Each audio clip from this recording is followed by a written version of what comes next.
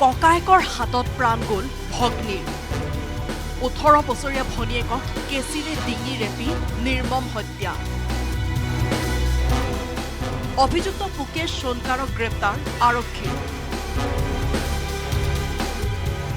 ছত্তীশগড়ৰ দেৱৰীৰ পৰচুলি গাঁৱত লোমহৰ্ষক হত্যাকাণ্ড বিছনাত তেজেৰে লুতুৰি পুতুৰি অৱস্থাত উদ্ধাৰ 18 বছৰীয়া তানিশা সোনকাৰ নামৰ এগৰাকী যুৱতীৰ মৃতদেহ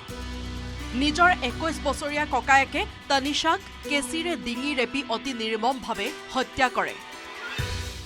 थाना देवरी के ग्राम परसुली में रहने वाली एक 18 वर्षीय बालिका जो कि अपने बड़े पिताजी के यहाँ रहती थी और गर्मी छुट्टी में अपने गांव अपनी माँ के पास परसुली हुई थी जिस पर इसके जो मझला भाई है वो अपने बड़े पिताजी के यहाँ से क्यों आई हो कहकर इसे वाद विवाद करता रहता था और दोनों के बीच लड़ाइयाँ होती थी। दीर्घदिन धरि बरदेउताকৰ ঘৰত থাকি পঢ়া শুনা কৰিছিল তানিশাই কিছুদিন পূৰ্বে নিজৰ ঘৰলৈ আহিছিল তানিশা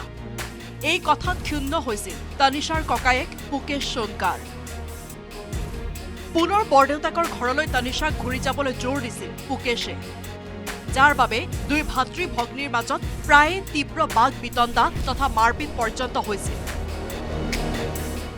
এদিন অতিষ্ঠ হৈ দেৱৰী থানাত ককায়েক পুকেশৰ বিৰুদ্ধে অভিযোগ দিছিল তানিশাই जिसकी सूचना जो बालिका है उसके द्वारा थाना में दी थी। थाना के स्टाफ के द्वारा उसके गांव परसुली जाकर दोनों भाई बहनों को समझाया गया था और पीड़िता के द्वारा जो अपने भाई के खिलाफ रिपोर्ट नहीं करना चाहती ऐसा कहकर लिखित आवेदन दिया गया था जिस पर थाना के स्टाफ वापस आ गए थे।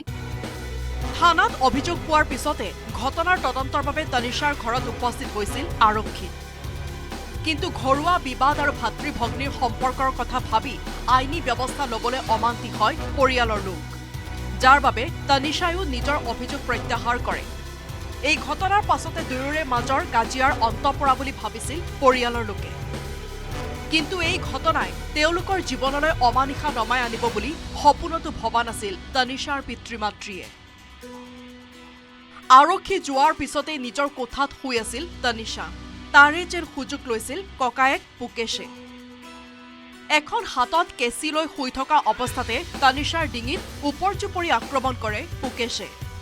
তানিশাৰ মৰণকাতৰ চিঞৰ শুনি কোঠাত উপস্থিত হয় পৰিয়ালৰ লোক তথা ওচৰ চুবুৰীয়া লগে লগে সংকটজনক অৱস্থাত তানিশাক দেৱৰী হাস্পতাললৈ নিয়ে যদিও চিকিৎসকে মৃত ঘোষণা কৰে और जब बालिका घर में सो रही थी उसी दौरान इसका जो भाई है वो कैंची से इसके गले पर वार कर दिया जिसके कारण पीड़िता घायल हो गई और उसकी मां के द्वारा थाने में सूचना दी गई। थाना के स्टाफ के द्वारा जो पीड़िता है उसको प्राथमिक स्वास्थ्य केंद्र लाया गया जहां से अच्छे इलाज के लिए उसे राजनांदगांव रेफर किया गया और राजनांदगांव में पीड़िता का इलाज चल रहा था इसी दौरान उसकी मृत्यु हो गई। এই লোমহৰ্ষক হত্যাকাণ্ডক লৈ সমগ্ৰ অঞ্চলটোত সৃষ্টি হৈছে তীব্ৰ চাঞ্চল্য সাধাৰণ ঘৰুৱা বিবাদ আৰু মানসিক অস্থিৰতাই কেনেকৈ মানুহক ইমান হিংস্ৰ কৰি তুলিব পাৰে তাক লৈ সৃষ্টি হৈছে প্ৰশ্নৰ news desk report news 18 Assam north east